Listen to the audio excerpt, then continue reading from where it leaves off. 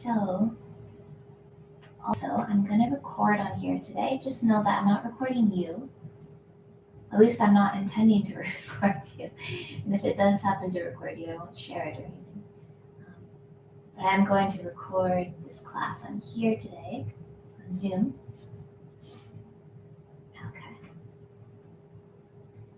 Okay, so I'll just say for the recording, for the people who are joining after, welcome. And I've just told the live yogis and yoginis here with me to have a bolster or a blanket or a couple of fluffy pillows or something. And if none of that is available, don't stress. It's just one pose that I'm thinking of possibly using it with you. And you could do it without also. So all good.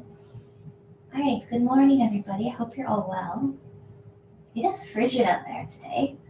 So cold. After that, little glimpse of spring a couple of days ago, I was like, oh, the birds are singing, spring is coming, and then boom, negative, whatever, it's freezing out there. So I kind of had a nice and cozy practice planned. When it's super cold like this, I always like to stay close to the ground. I don't know why. I just find it's kind of like one of those days to be more in the horizontal plane than in the vertical. And I hope that sort of class will work for you. It'll be very yin-y, always mixed with a little bit of yang to get the energy flowing. So the theme or the element for today's practice is water. It's water. So if you've been coming regularly, you may have noticed that I sort of structure the classes based on different elements. And so today's element is water. So we're going to dive into that fluid, adaptive, emotional, emotional quality that water is tied with. And that begins right away with our chant. So water is connected to our emotional body. Yeah, your inner knowing or your emotions. So emotions, what are they really? They're part of the human experience. Yes, we all have them. But like Sharon Gannon says, emotions are just energy in motion. So emotions are information that we are taking in and that we are receiving from the inner world. And it's often reflecting something that we've experienced in the outer world. But if you really break it down, emotions are information. Oh, we got Irene. Lovely. Okay, mute. Okay, welcome.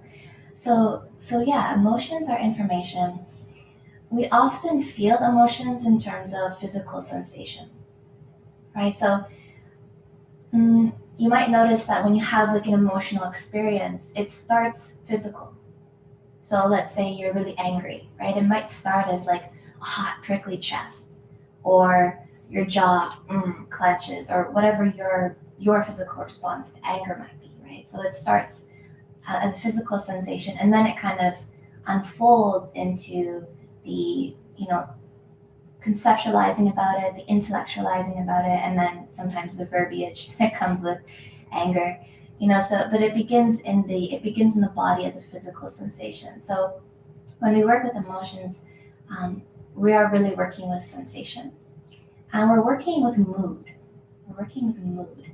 So you may have heard me say before when we're chanting that we're creating the bhava, or the mood for the practice.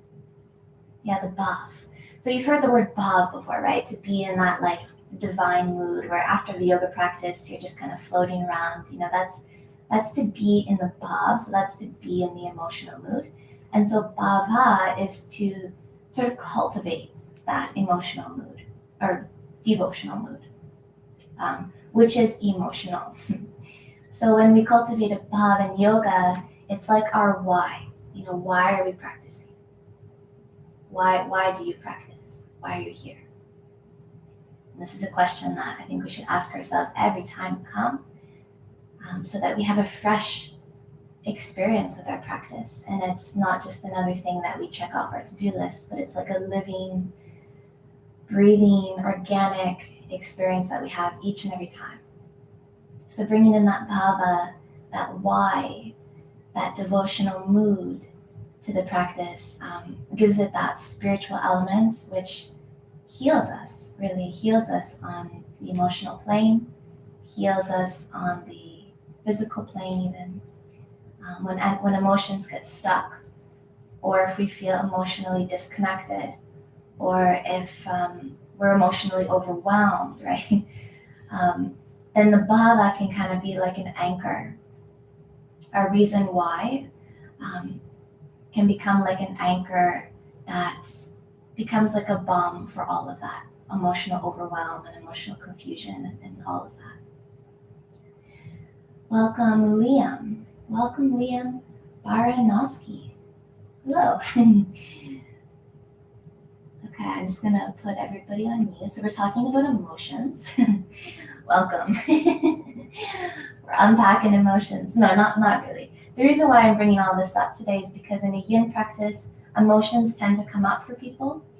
And again, it starts as a physical sensation, but then what happens is sometimes the mind gets a hold of it, and we can start to get like a little bit heated maybe, or we can start to feel this like old emotion that was stuck in our hips kind of bubbling up, and then like maybe we feel like we're re-experiencing something that we experienced in the past, or maybe it's like a really sweet experience.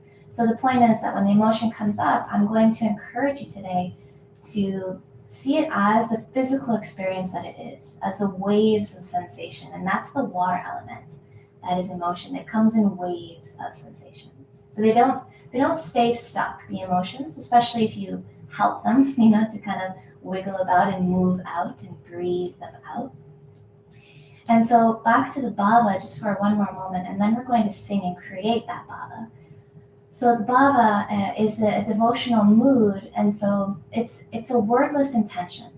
So if you know Bhakti Yogi, like think of Prema from Cave of the Heart, right? Bhakti Yogi. So she's like a love, like she's love, she's like a love being. So she's in that mood, at least I feel she's in that mood when I'm around her, especially like at the studio and stuff. You can feel that mood coming off of her. She's like in love. So that's a different sort of intention, yogic intention, than like, oh, I'm going to come to my practice today to do this, this, and this, or to bring about this, or to dedicate it to this, right? So the mood is like wordless, and it's more of an embodied experience. So that's bhava, right? Like embodied and fluid and adaptive.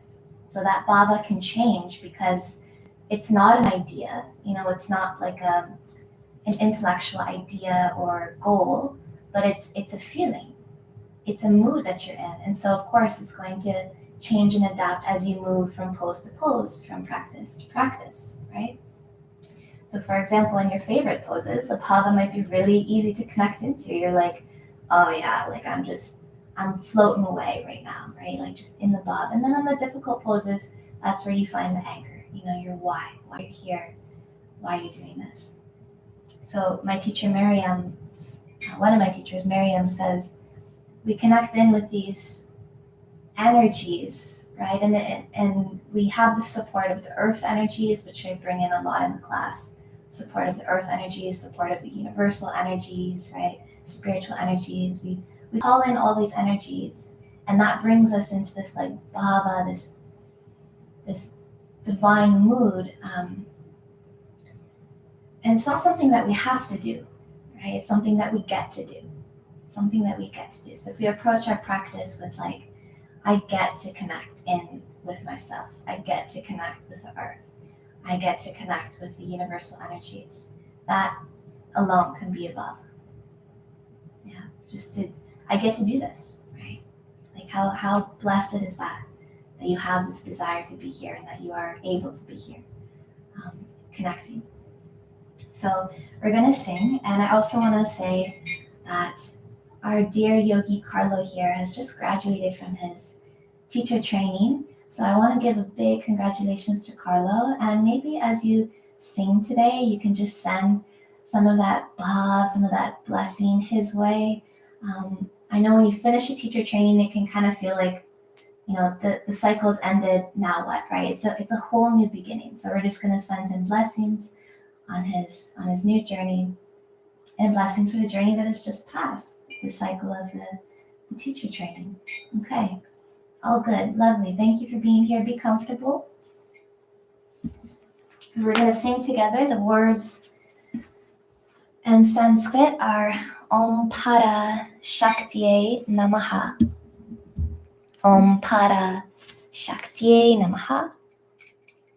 And Om Namah Shivaya. Om Namah Shivaya. So I honor the divine feminine life force. That's Shakti. That's kind of what we're working with here in Shakti Yoga. And then Om Namah Shivaya, I honor my heart, my inner teacher. So to connect in with the mood of this chant, you could close your eyes. You could place your hands over your heart. You could place your hands over your belly. You could sway, and let the melody kind of take you. You could lie down and let it wash over you. So how could you get into the mood of honoring your own heart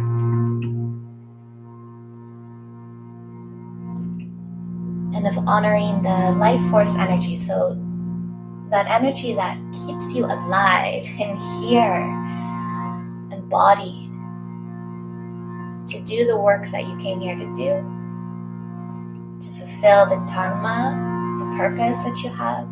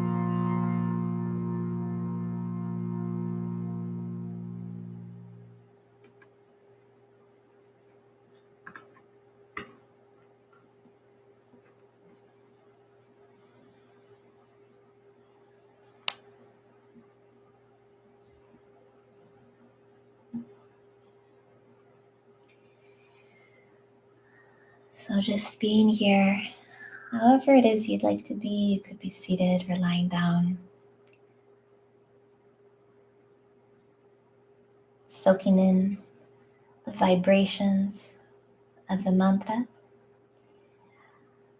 and the feeling that you are having about that intention, those intentions.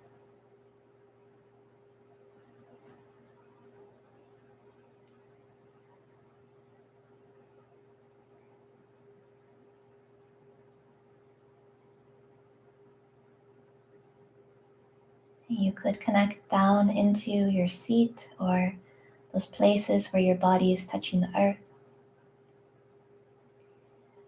And imagine that you are opening up a stream of connection between your body and the earth. And the cool thing about prana, or energy, emotion, is that it can flow any which direction. It can flow down, up, side, circular, around. You can direct it with your attention. So right now, if you open up a space of communication between your body and the earth, could you imagine that you could allow a flow of energy to release down out of you and into the earth? And also that the earth could filter her energy upwards and inwards into you. So it's like a two-way river of energy. And energy moves like that, like a river, like water. Very much like blood, it moves, but much more subtle than that.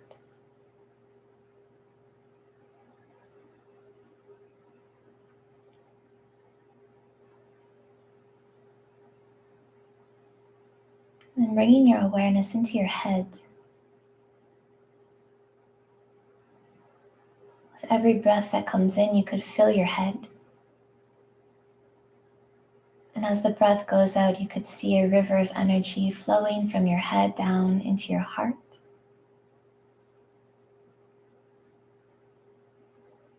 And as the breath comes in again, it could travel from the heart back up into the head, exhaling head to heart.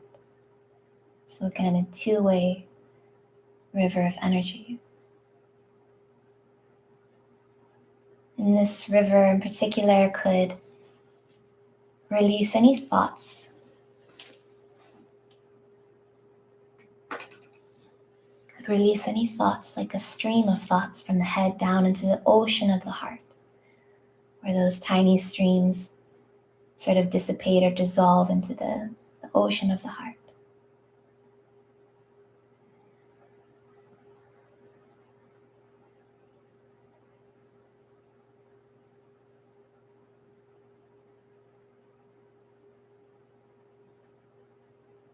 And the heart is like the ocean, accepting of all thoughts, accepting of all streams. The ocean refuses no rivers, no streams, no droplets.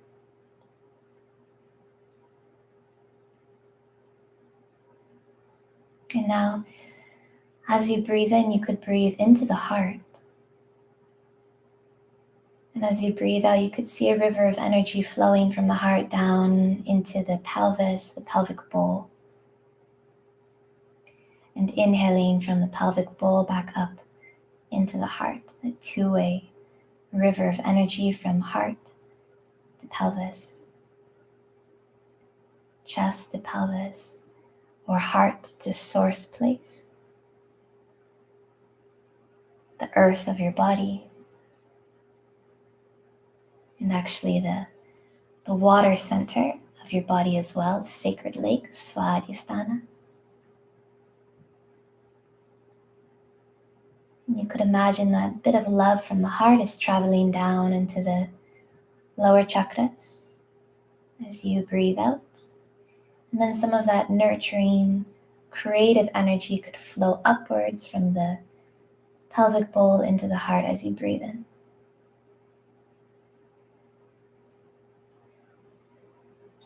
And again, that can be more like a feeling or a sensation than a thought. You don't have to think about these rivers, you could just experience them.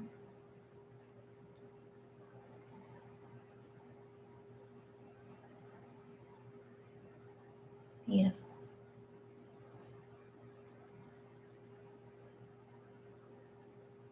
And then letting that go now. Maybe taking a deeper breath. In and out. And if you're lying back, maybe giving a little wiggle in your fingers and your toes to awaken. And maybe draw the knees in towards the chest. And come to your side. Okay. So let's move a little bit, and then we're gonna be still, and then we're gonna move, and then we're gonna be still. So it's very much a wintry practice because in the winter time, obviously, the water, it moves, but it's also still in the winter. It's not always moving. So you could begin seated. Okay, just want to make sure the mic and everything's in the right position. Okay, you could begin seated. You could extend your legs out in front of you, and then just give them a little shake, especially if you've been cross-legged. Give them a little shake. Yeah, good. And now if you have that bolster, if you have that blanket, so see how I've rolled my blanket up like a little tube. Yeah, so you could do that. Or if you have a bolster, you could do the same thing with a bolster. You're just going to slide that blanket or that bolster under the knees. And here's the thing. If you don't have one, you could do the same thing. You could pretend like there's a bolster under your knees and just give a little lift to the knees away from the earth, and then press the heels so firmly down into the floor. And if you do have that blanket or that bolster, you're pressing the knees down, and you should feel that the legs kind of fire up. Yeah. And then you can plant your palms behind you, and feel free to lean back, open the chest a bit. Maybe even take a deeper breath in and out.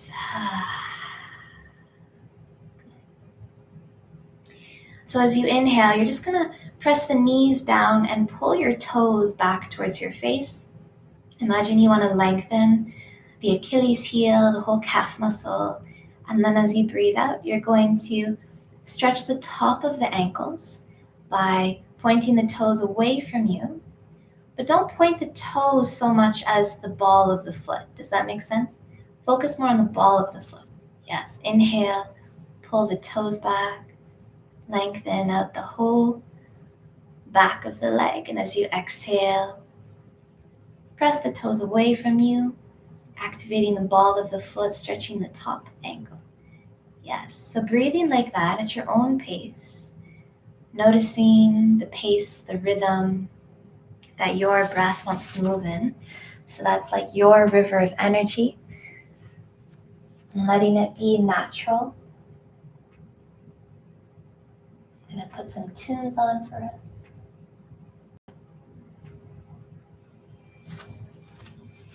Okay. So we can draw energy up through the feet. And actually that's how we draw energy up the legs and into the pelvis. So we're going to be working a lot with the pelvis today, the pelvic bowl, I like to call it. So we can start with the feet. By activating the feet right away, we start to draw that flow of energy from the legs into the pelvic bowl. So maybe you can already start to feel that happening as the breath comes in and goes out. Good. So now, lifting the toes up towards the sky. Maybe give a little spread to the toes. And as you breathe out, you're going to turn the soles of the feet towards each other and stretch the outer ankles. Yeah.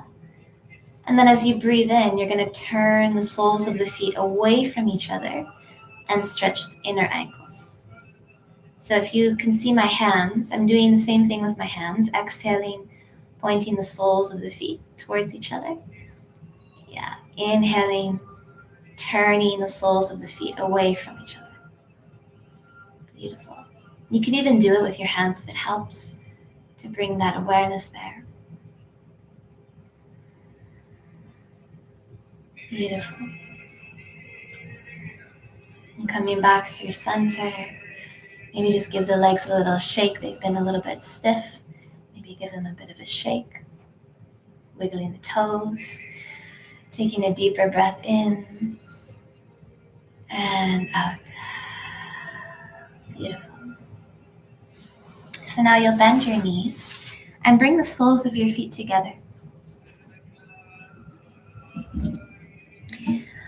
And with the soles of the feet together, you could slide the feet a bit farther away from you than you normally would and create a bit of a diamond with the legs. So the feet are far enough that your legs can relax. So this is going to be our first yin asana in a moment.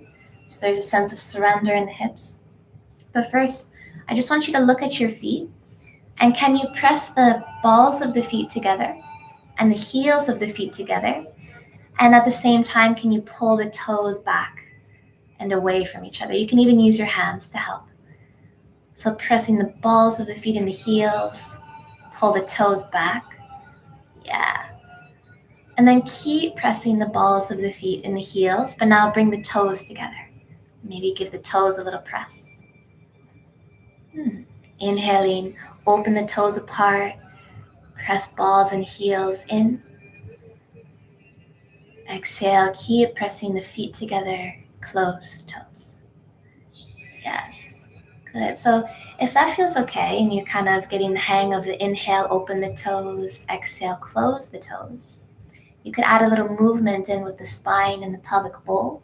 And you could inhale and sort of tip your pelvis forward, almost like it is a bowl, and you want to pour water out of the front of that bowl. Yeah, so the chest will open. And then as you exhale, you could tip the pelvic bowl back, as if you want to pour water out of the back of that bowl. Yeah, and roll onto the sit bones, onto the tailbone. Good. Inhaling, come forward. Open the toes, so the legs should feel quite strong. Yeah, exhale, back. Oh, that water pours out of the back of you. Beautiful. So with your breath, you can use your hands to help you keep a little balance, especially if your hips are tight. Or if you don't need your hands, you could bring them into a lotus mudra in front of the heart. And as you inhale, you could open that mudra and feel the sense of openness in the toes, connecting with the sense of openness in the fingers and the chest. And then as you exhale, you could go back, close the toes and close the fingertips, like that lotus returns to a little bud. Yeah. Inhale, blossom, open up. Exhale, return, go inwards. Beautiful, nice and fluid. And just noticing what's happening with the legs, the hips, the feet, of course. And the Bhava, what's the mood? What's the mood between these two experiences?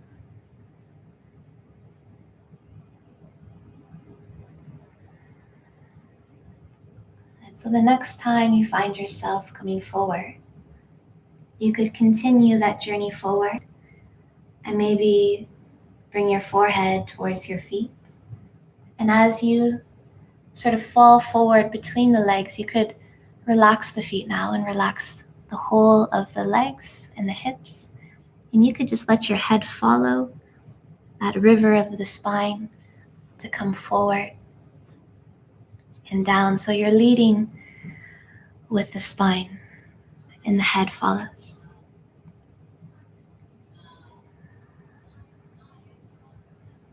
Allowing there to be a sense of surrender here.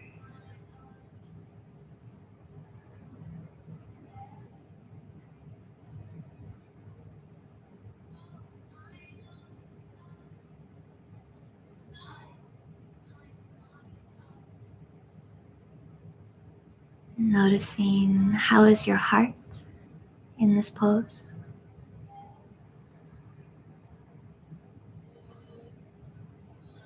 And simply noticing the sensations. You don't have to go after them. You don't have to name them. Nothing to figure out, just allowing them to flow through you. Like the breath.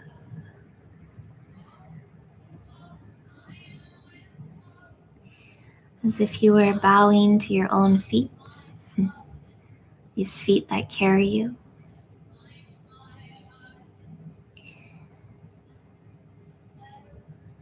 Bowing towards the earth, perhaps. Thanking her for that unconditional love.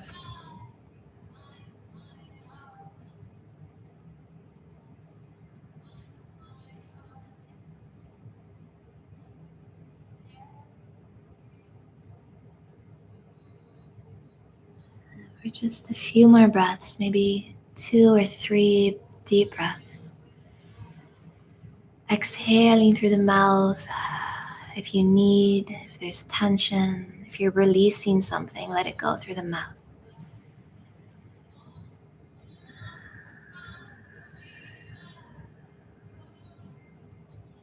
And then slowly, slowly, at your own pace, using your hands to help you come back up.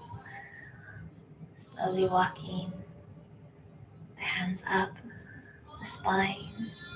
Maybe you could just roll the shoulders out, roll them back. Yeah, you could bring the knees together. If it feels nice, you could windshield wiper the knees side to side. If there's something else that you'd like to do to release, do that.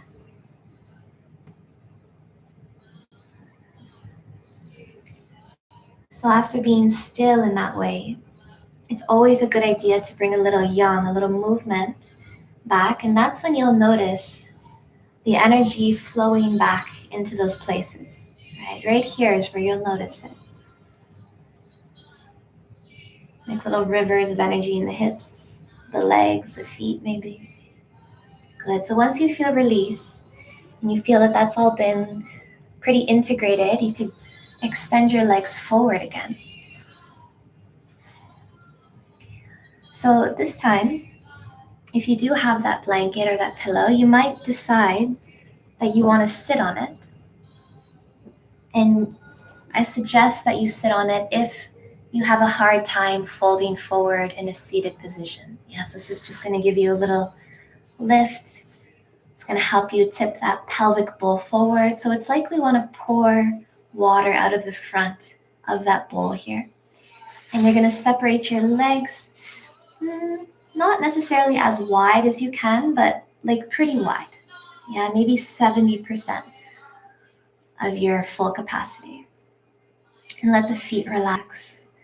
Let the legs relax. And then just like we did in the first asana, you're just going to tip forward here. As if you could just surrender your spine, your upper body to the earth. There's no sense of pulling or yearning. There's just a falling. And the breath.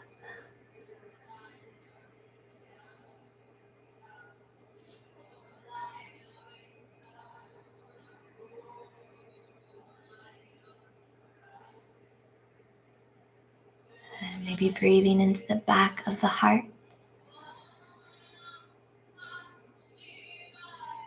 The sacrum.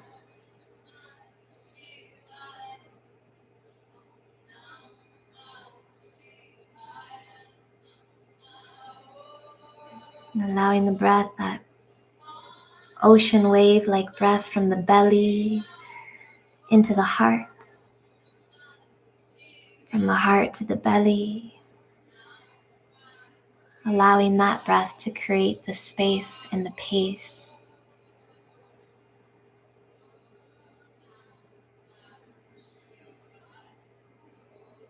So here's a little experiment for us.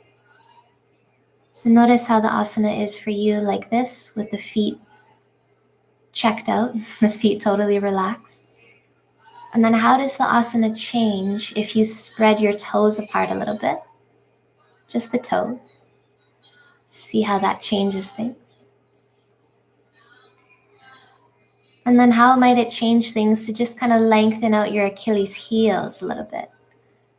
Yeah, you don't have to keep it like that. Just imagine you want to close the gap between your Achilles heel and the earth, kind of lengthen out that place and then relax it again.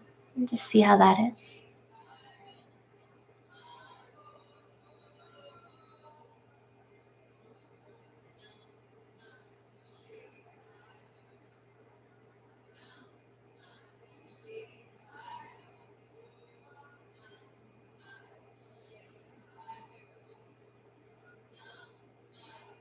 And just maybe 3 more breaths here. Exhaling through the mouth if you need.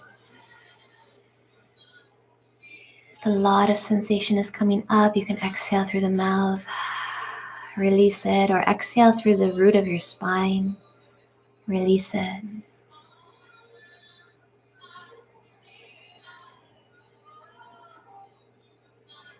And then slowly, slowly, as you're ready, walking up.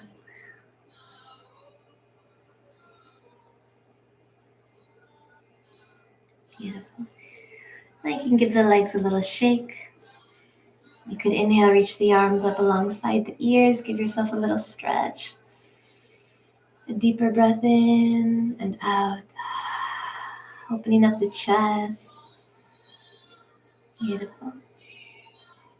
And then you'll help your legs together by helping your knees to bend, and you're just going to cross your legs. So nice, easy Sukhasana. And then this is the last seated thing that we'll do, by the way. So don't worry if you're like, are we going to be seated the whole time? We won't. So just nice, easy Sukhasana for a few more breaths. And then we're going to open the arms up to a T. And we're going to lengthen the sides of the waist, the sides of the heart. So as you breathe out, doesn't matter which side you start with, you're going to plant one palm and reach the other arm upwards. And at the same time, press into that grounded hand and press into that grounded sit bones, both sit bones. Good. And then inhaling through center, feel the chest opening. Exhale, switch sides, press into the grounded hand, both sit bones. Beautiful. So just moving like that with your breath, inhaling center, exhaling to bend. At your own pace.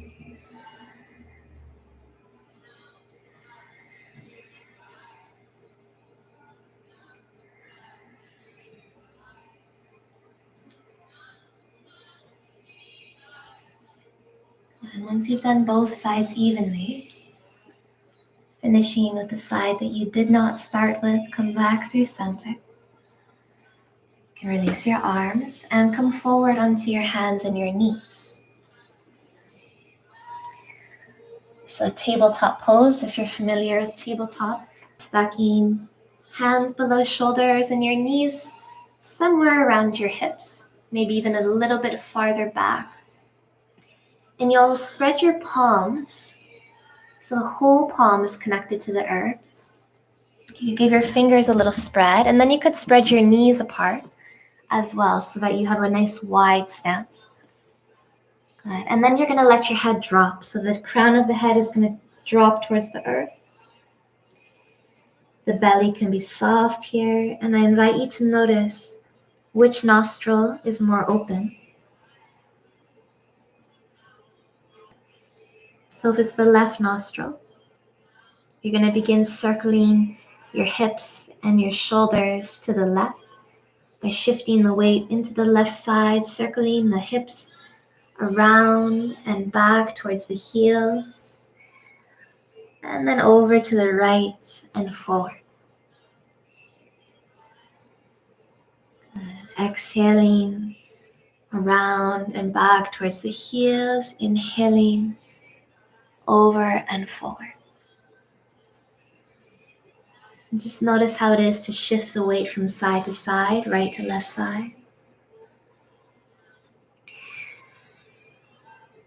And you could also give a little bend to the elbows. So try to think of this movement as a very water-like movement, not stiff, but very fluid. Both the hips and the shoulder joints are ball and socket. Yeah, so they can move almost 360. Like they have a lot of range of movement. So you can explore that here by bending the elbows, letting the pelvic bowl tip from side to side. Good. And then start circling in the opposite way. So if you started to the left, now circle it to the right. Exhaling back and inhaling forward.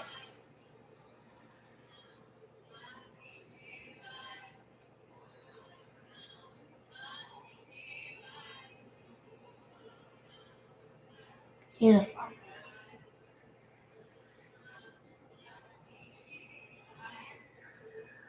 One more breath, one more circle around.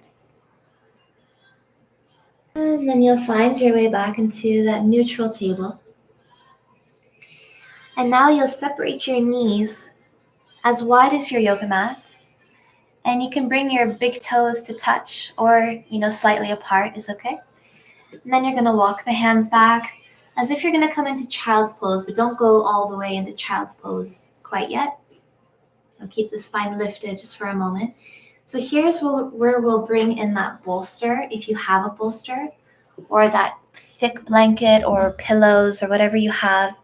So I'm going to show you with the prop first, and then I'll show you how you can do it without one if you don't have one. So if you do have a bolster, you can kind of sit up a bit and slide the bolster just under yourself. Yeah. Like for me, a short bolster works because I'm short.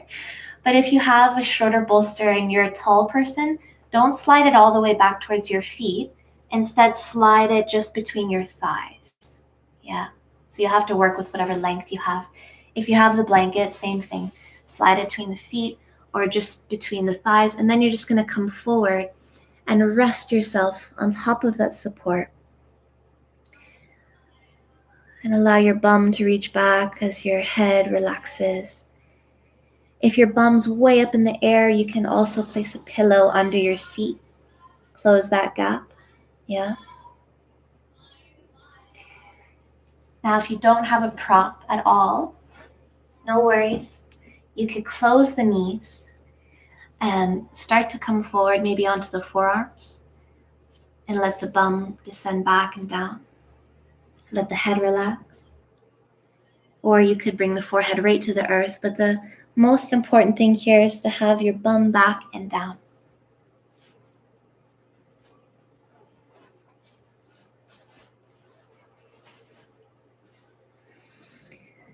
So I invite you to notice as you rest here, just how fluid you can be with the breath and the body when you're being supported.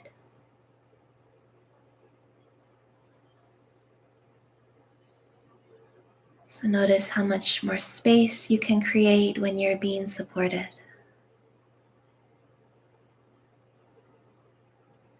How much more movement of the breath you have, the fluidity of the breath.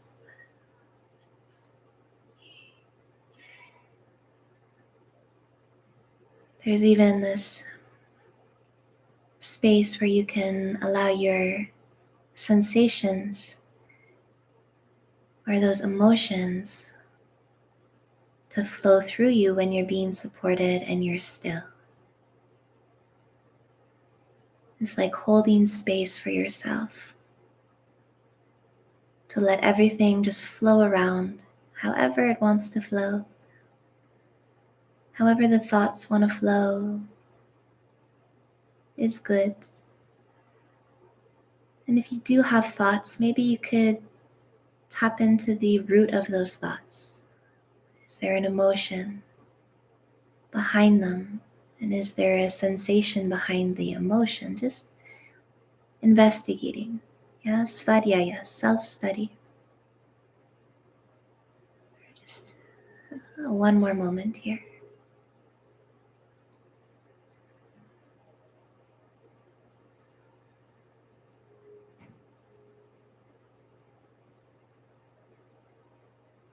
Letting the belly be soft.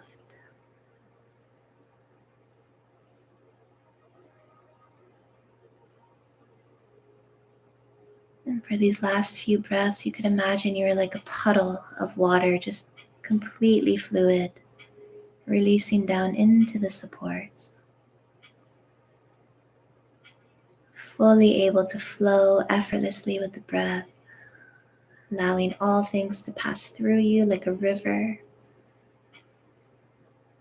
Nothing getting stuck. Beautiful. One more breath.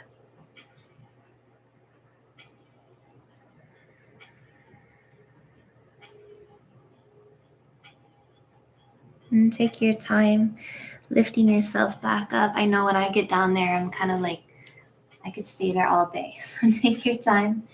If you have a bolster blanket, you can remove it. And from here, maybe planting the palms forward and coming up onto your hands and your knees. And now you'll walk your knees a little farther back. Walk them even behind your hips. Curl the toes under. And you can maybe guess where we're going. We're going to press the seat to heels and then lift up. Come into downward dog.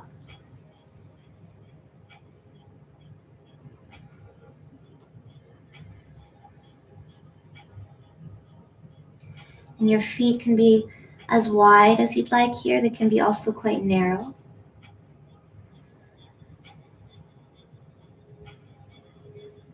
And as you breathe in, could you press into your right palm so firmly? And as you breathe out, could you press through the ball of the left foot so firm? Inhale, press into the left palm. Exhale, press through the right ball of foot.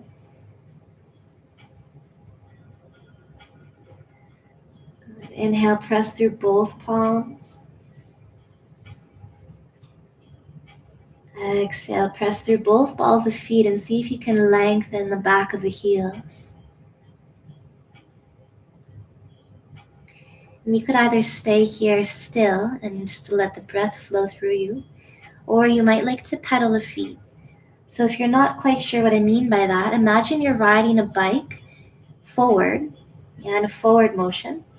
So yes, the feet are going to pedal, the knees are going to bend, but also the sides of the hips, not the sides of the hips, but the two sides of the pelvis are going to move with that movement. Yeah, so they flow with the legs. So as the knee bends, that side of the pelvis tips a little bit, and then as the opposite knee bends, yeah, you get the point. Good, and then pretend like you're riding that bike backwards now, like you're pedaling backwards. And just see how that changes things.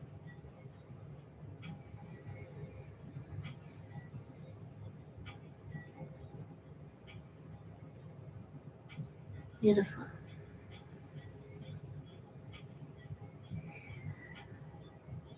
Now come back to neutral and then come forward onto your knees, bringing the knees to the earth.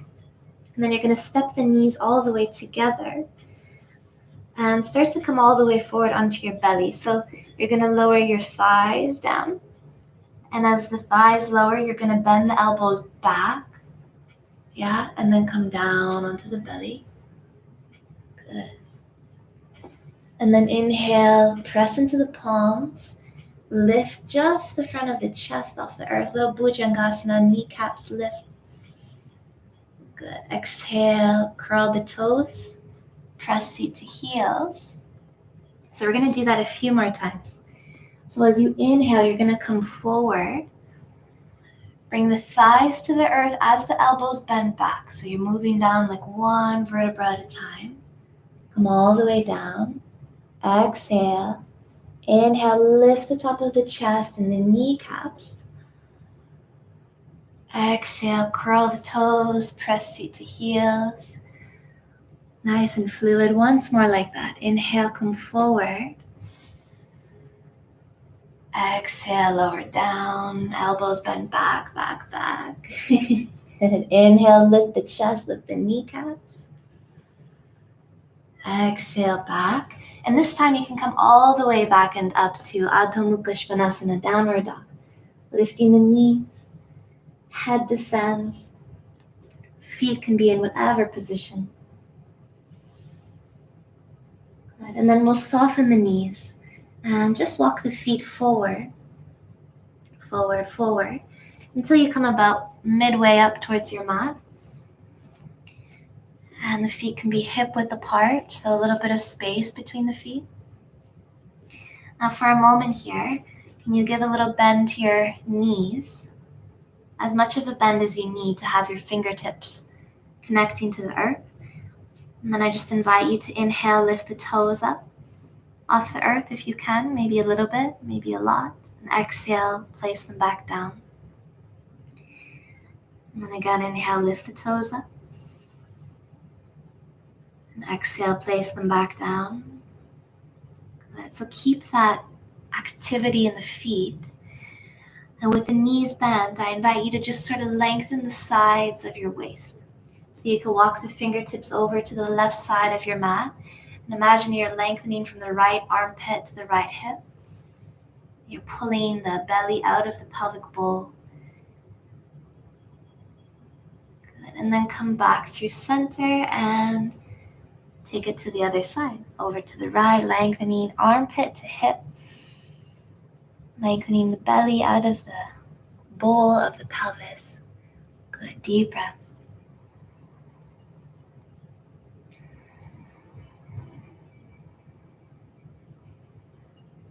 And coming back through center. So now with the knees still bent, you're going to lift your elbows to rest on top of the thighs. Yeah, elbows rest on top of the thighs, close to the knees, I'd say, is probably best. And the hands can come together and the head can descend. And just see how that is. You could play with the shifting of the weight in your feet, toe side, heel side, and then finding the very center of all of that.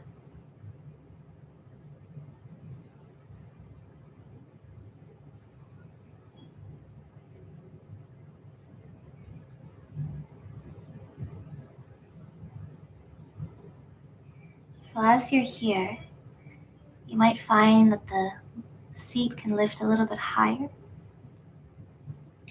And as the seat lifts higher, the chest naturally descends a little closer to the thighs.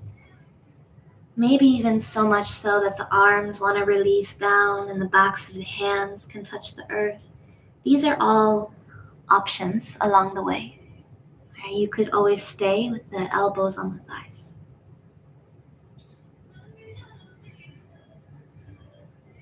No matter where you are, sense that the strength in the legs, the support from the legs is what allows your spine to flow freely downwards towards the earth, cascading like a waterfall. It's the support of the legs that allows you to move the spine fluidly like this. Actually, it's the support of the earth through the legs.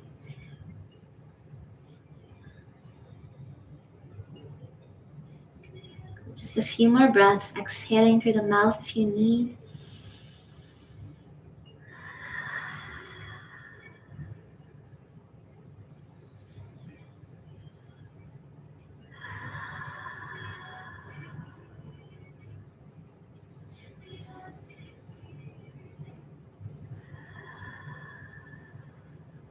And now bend your knees a lot, and start to roll up your spine. Strong legs, coming up one vertebra at a time. Until you come to stand. Beautiful. I'm just going to tip my camera up. Lovely. And once you get there, up to the top, you can inhale, reach your arms up alongside your ears. Deep breath in and exhale, let the arms fall back alongside you. Maybe give the shoulder blades a little squeeze on the way down. Maybe doing that a few times. Inhale, reach the arms up. And exhale, let the arms float back down, giving a little squeeze in the shoulder blades. Good. Maybe once more, breathing in.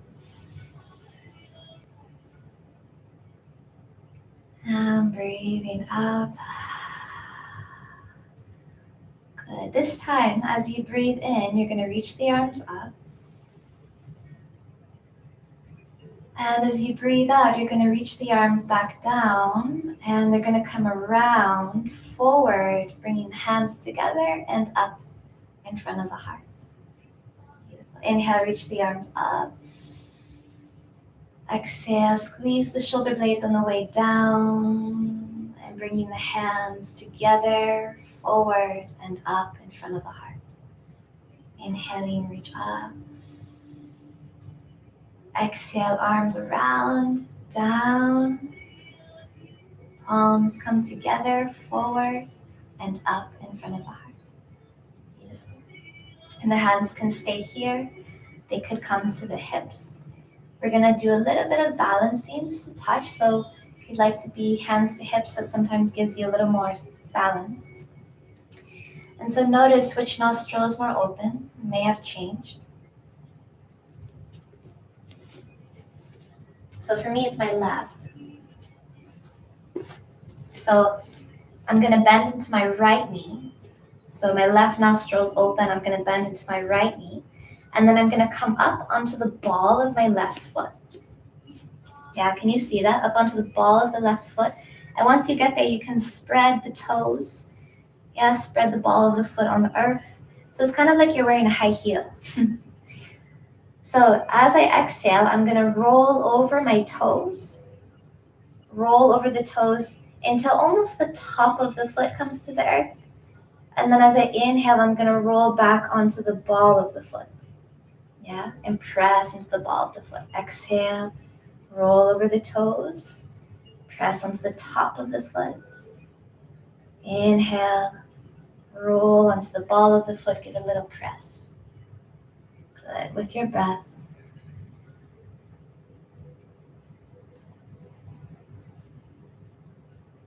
Nice. Maybe one more time.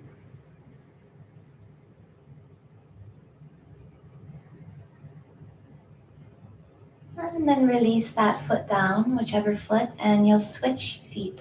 So I'm going to bring my right heel down. Inhale up onto the ball of my right foot. Exhale, roll over the toes. So there's weight in that foot that you're bending. Inhale. Ball. Exhale, top. So can you feel, is there any physical sensation happening in the feet? And just seeing how that transfers into the legs. And if there's no physical sensation, where is the sensation? If not in the feet, is it in the leg? Is it in the pelvic bowl? Is it in the body somewhere else? Beautiful. Okay, and then coming back to neutral. So your feet are about hip width apart. We're going to move the hips really fluidly now. So I want you to imagine that the feet are holding you in place. Your feet are like your supported prop, yeah, like your bolster. They're so strong and holding you in place. And as you exhale, you're just going to start to circle the hips towards the front, or forward, I should say. And as you inhale, you're going to circle the hips to the back. So imagine that you're standing in a lake. Your feet are in the ground of the lake, in the floor of the lake, in the mud or the sand. And the water is coming up to just about your hip creases. Yeah, just your hip creases. And so you're drawing like an oval on the surface of the water.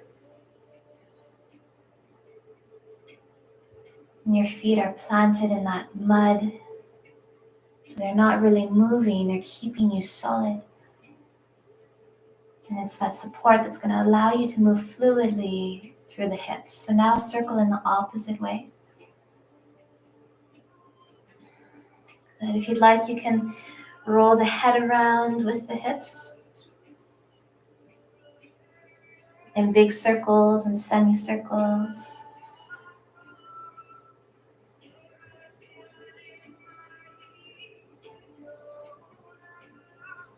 Good.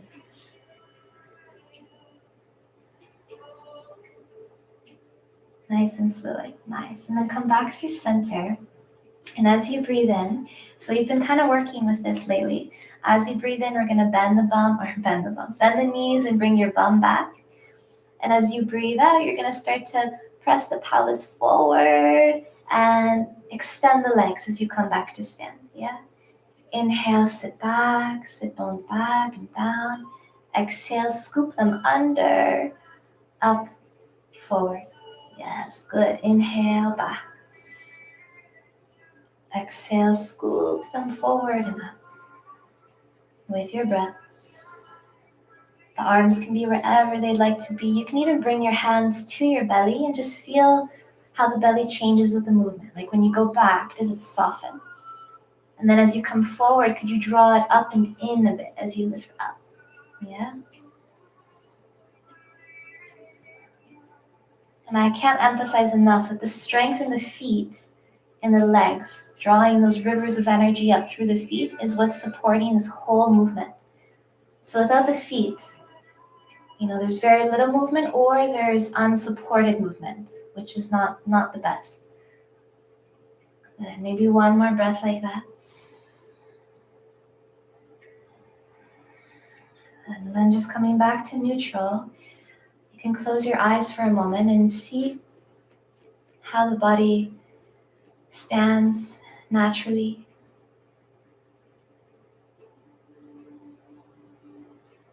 Notice the curve, the tip of your pelvic bowl and natural.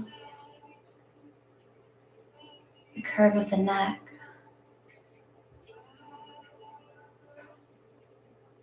Beautiful. And so from here, you'll step your feet out even a little wider than your hips. You can turn your toes out a little bit. So you might be able to guess where we're coming from here. Yes, we're going into a little squat. So when you're ready, bend your knees. So you might come down halfway and be like, yep, this is it for me. I'm just going to be here. Or you might let the sit bones descend all the way down towards the earth. And then if you have that blanket and you'd like a little more support, place the blanket under your heels. Actually, I'm going to do that just to show you what that might look like. And it feels quite nice, even if you don't need it per se. It feels nice to have that little lift. Good. So while you're in the squat, can you feel that you're pressing through the balls of your feet? The inner side and the outer side. And then also that you're pressing down through your heels. So your feet aren't just connected, like it's not just touching the floor, but they're pressing into the floor. And how does that change the asana when you actively press the feet down? Does it maybe give a little bit of a lift in the hips, maybe through the spine? Maybe you're feeling so lifted you could even reach the arms up alongside your ears. Just seeing. Yeah. Deep breaths. And then let the arms relax. Let yourself kind of crunch down into a little ball and find your way back onto your bum. Beautiful.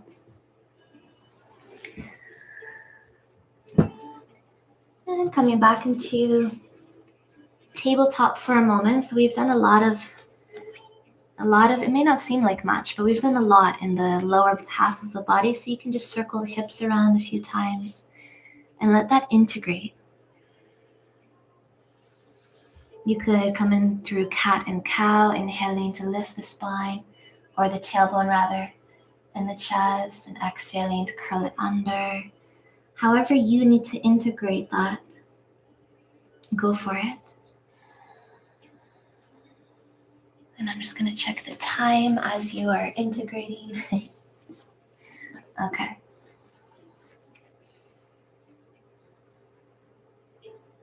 So coming back to neutral in your tabletop pose, you're going to walk your hands out even a little bit wider so that maybe half your fingers are off of the mat. And then you'll slide. It doesn't really matter which leg. Maybe let's start with the leg of the nostril that's more open. So for me now, it's actually the right. So I'm going to slide my right knee forward and slide it directly straight forward So you're making like a straight line from your knee to your hip. And then from that place, you're gonna swing the right foot out from under the leg. Yeah, and then shift the left leg back, long. And maybe the right hip comes towards the floor. Or, got that trusty blanket, you could slide that right under your bum. Yeah, and that's your support. So it's a good idea to be supported if you can. And before you even do anything else, can you just press the palms into the earth and feel the wide open chest? Feel the support of your hands. And let the support of your hands help you to find, like, wiggle into the best position for your hips. And you could stay like this. For some, it's a little bit intense on the back. But you could stay like this. Or you could walk the hands forward now and come down onto the forearms. You could even just walk the hands forward and not lower down onto the forearms. Just press the palms into the earth. Or you could come all the way down, forehead to earth. Whatever you've got, resting here.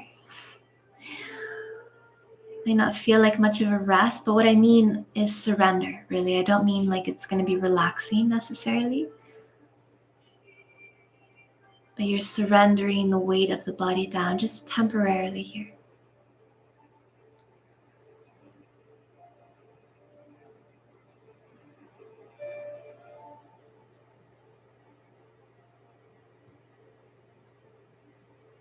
Noticing what's coming up, what's present for you.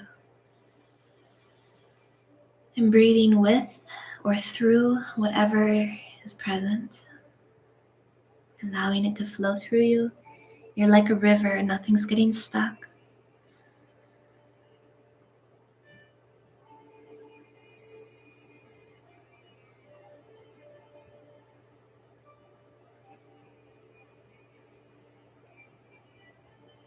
One more big breath, maybe exhaling through the mouth. Feeling full weight of your chest down onto that front leg. Yes. And then maybe one more breath. And feel the gravity of your body down into the earth. Oh, yes, good. Now come up slowly if you've lowered down. Using your palms. Palms are strong. You're going to curl your back toes under. Press your left knee into the earth. And then step your right knee back behind or next to your left knee. Yeah. And then you can kind of sway the hips from side to side. You could come into downward dog if you'd like. You could find child's pose, circle the hips.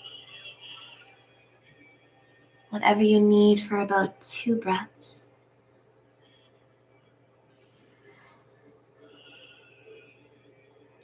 Good. And now if you're using a blanket, switch sides. Switch sides of the blanket.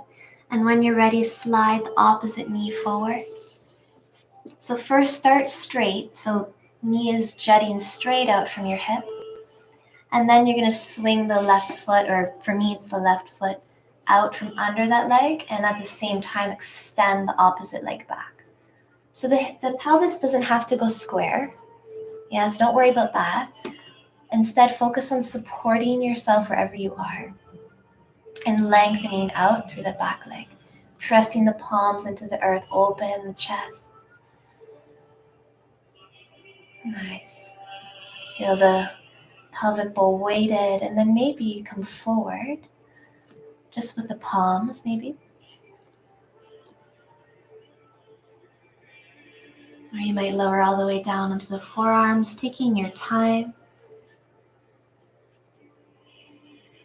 Maybe the head will bow all the way towards the earth. Allowing there to be a mood of surrender, of release.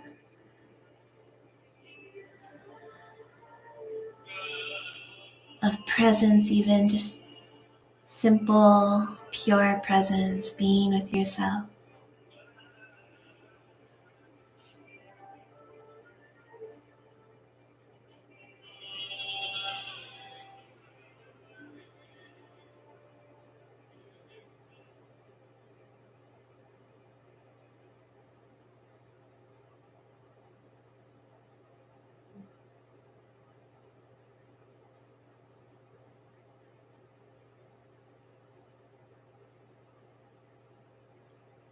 Taking just one more breath.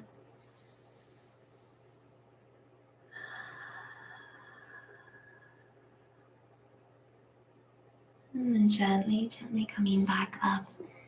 Taking your time. Hands are strong, connected.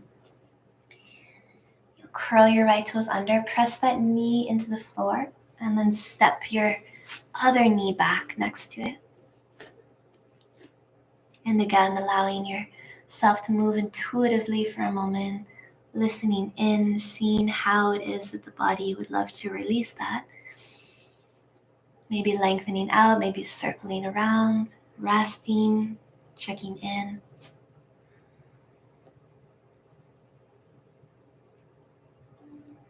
And once you are released, you feel that you've integrated all of that, you can find your way onto your back. And I'll say it's almost quarter after, so if you need to go right at 11:15, maybe take just a couple minutes here on your back, rest, and then you can head off on your way. And I send my love. If you're okay to be here for like another 10 minutes, like 10 minutes past, let's say, then you can do a little twist with me.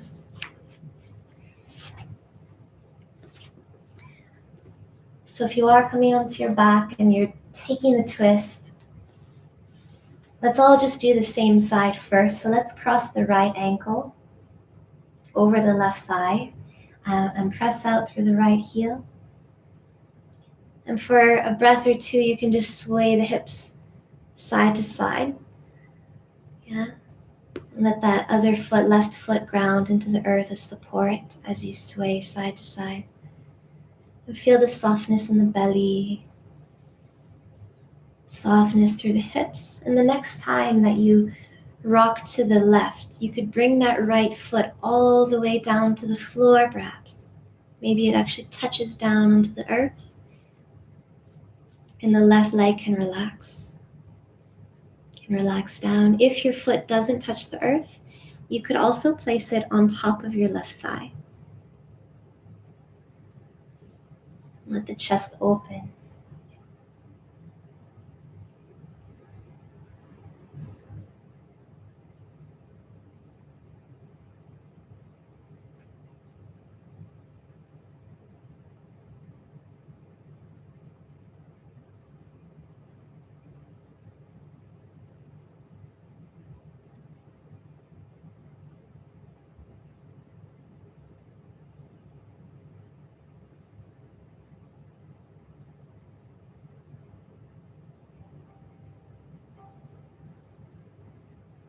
So lifting everything back through center, take your time pressing your left foot back into the floor to help you, and then you'll just switch legs. Left ankle crosses, left foot is alive and open, and then just a few gentle sways side to side. Imagine you're lubricating the hips and the belly.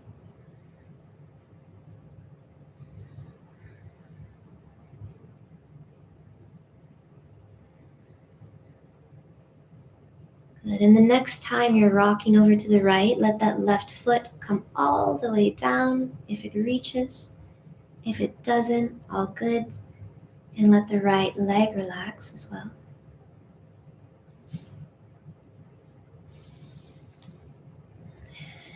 And see if you can get the back of your heart right to the earth. Make that space between the shoulder blades. See if you can spread that. Connect that space.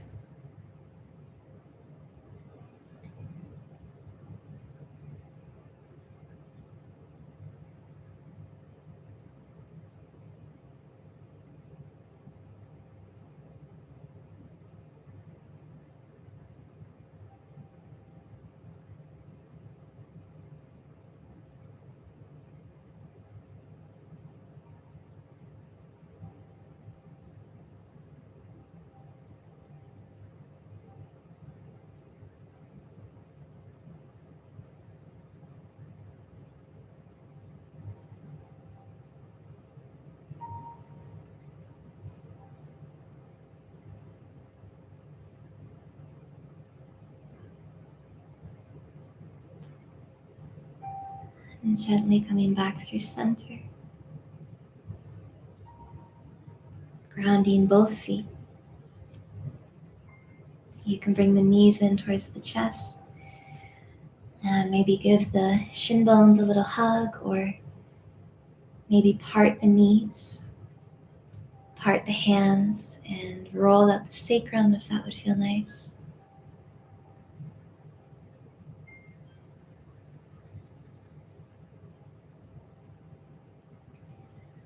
So just so that I don't keep you too long after, how's this? If you were hoping to come into an inversion today and you're like really wanting that, then maybe you can take Shavasana in legs up the wall. Sometimes that's actually a nice option for something different, to slide the legs up the wall and take Shavasana.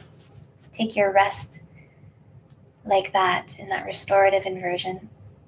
Otherwise, if you'd like to come right into Shavasana, you can do that. So if you're not sure what legs up the wall is, I'm just going to do it quickly for you here. So you basically find a little empty wall space and then have a seat right up against it. And use your hands to help you maneuver yourself. You're going to swing your legs up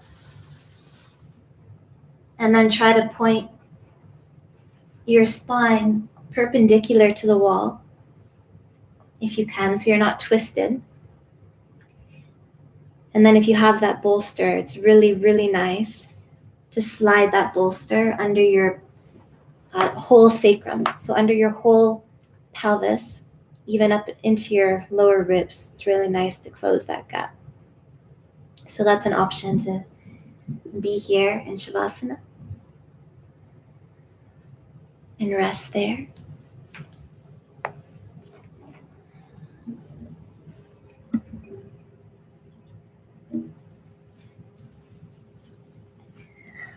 Or perhaps resting on the belly or on the back with any supports you feel that you need.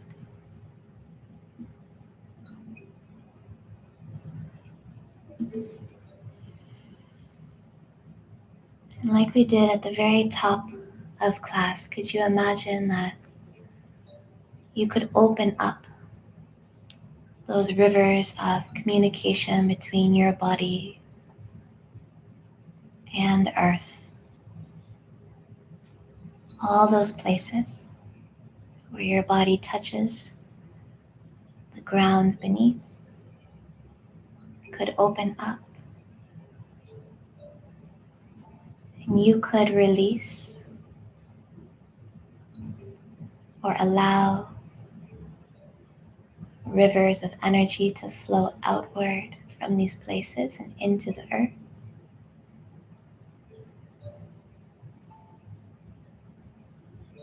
And at the same time, you could receive rivers of energy from the earth traveling up and into your body.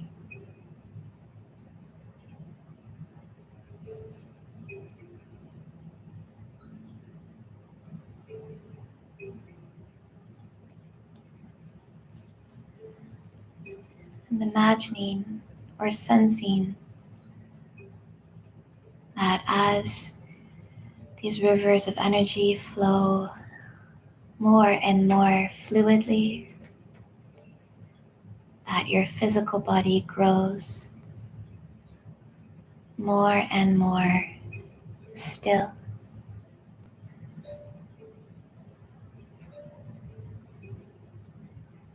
As if you were being held, supported.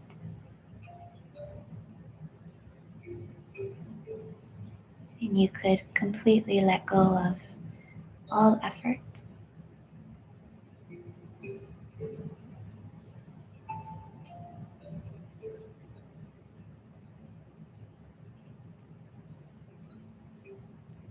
And in the ever-growing stillness of your physical body,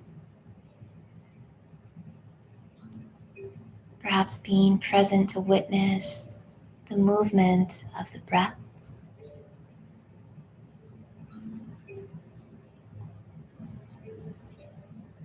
the movement of the breath, and with the breath, the movement of prana shakti, of life force energy, cycling and circling about in 1,000 tiny streams from the soles of your feet all the way up to the crown of your head and beyond. From the crown of the head all the way down or up, if you're in legs up the wall, through the soles of the feet and beyond.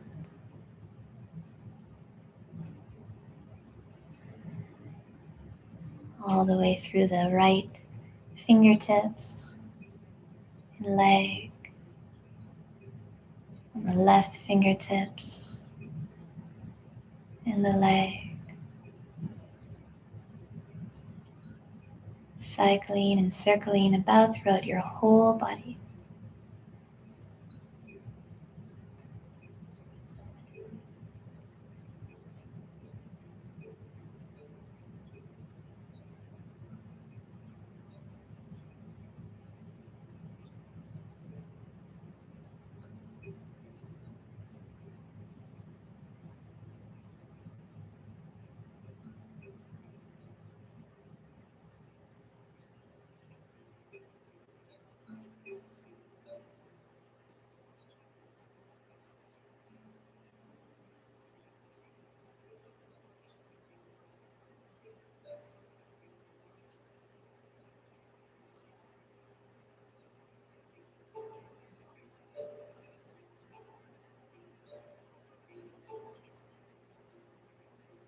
Seeing yourself here like the earth herself, and seeing the breath and the prana riding through like all the earth's rivers and streams and lakes and oceans.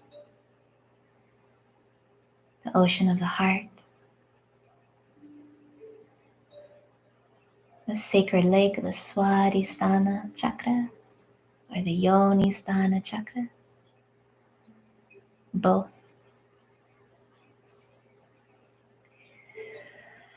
And maybe allowing that breath to grow a little deeper, a little louder. Imagining that it was circulating that prana even faster now, and maybe inviting for a little gentle movement in the fingers and the toes. Beginning to quicken with the prana moving, toes circulating, maybe a little stretch in the arms and the legs. Oh, maybe a yawn.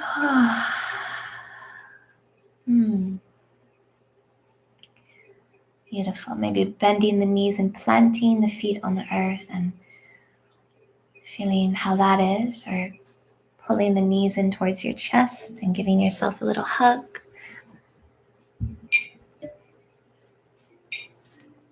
Taking your time, finding your way back up to the vertical plane, back up to seated.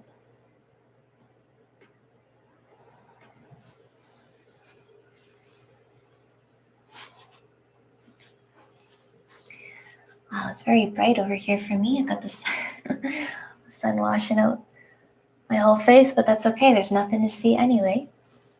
So just be seated for a moment. There's just one more moment together, if you can, to close the class with Loka Samasta Sukhino Bhavantu. So Bhavantu, there it is again, Bhava. So Bhav is like all being, all form. Bhavan is like the realm of beings. And so Bhavantu is to offer it to the realm of beings. So to make it so that all beings everywhere shall be happy and free, and that we will do all that we can in our thoughts and in our words and in our actions to contribute to that happiness and to that freedom. And if you know Om Triambakam Yajamahe, if you know that one, I'm going to sing that afterwards too. And that one's directed to all of you, but specifically Carlo, because it's a mantra to bless a new beginning or a new journey. And so I just would like to, in this group, Maybe if you know it too, you can join me. We'll bless his journey forward, his new beginning. Om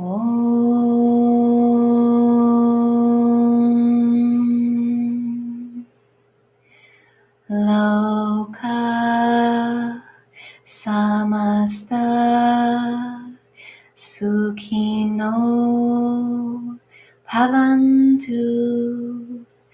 Loka Samasta Sukhino Bhavantu. Loka Samasta Sukhino Bhavantu. Om Trayambakam Yajamahe Sugandhim Pushtivardhanam Urvarukamiva Bandhanam Mrityurmukshiyamamritat Swaha. Om Trayambakam Yajamahe Sugandhim Pushtivardhanam Urvarukamiva Bandhanam Mrityurmukshiyamamritat Swaha. Om Trayambakam Yajamahe Sugandhim Pushtivardhanam Urvarukamiva Bandhanam Mrityurmukshiyamamritat Swaha. Om Shanti Om Shanti Om Shanti Om. Om Shanti Om Shanti Om Shanti Om. Om Jema Jema. And also blessings to Jessica and Jason, who just finished their Jiva Mukti teacher training. So lots of new beginnings here, people, that we can celebrate, and celebrating your own new beginnings. Thank you so much for being here. Namaste.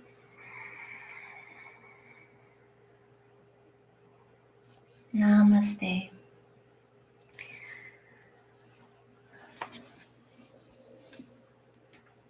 Thank you. I'm going to stop the recording.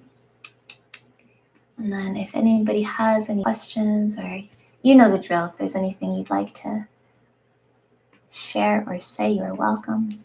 Congratulations, Carlo.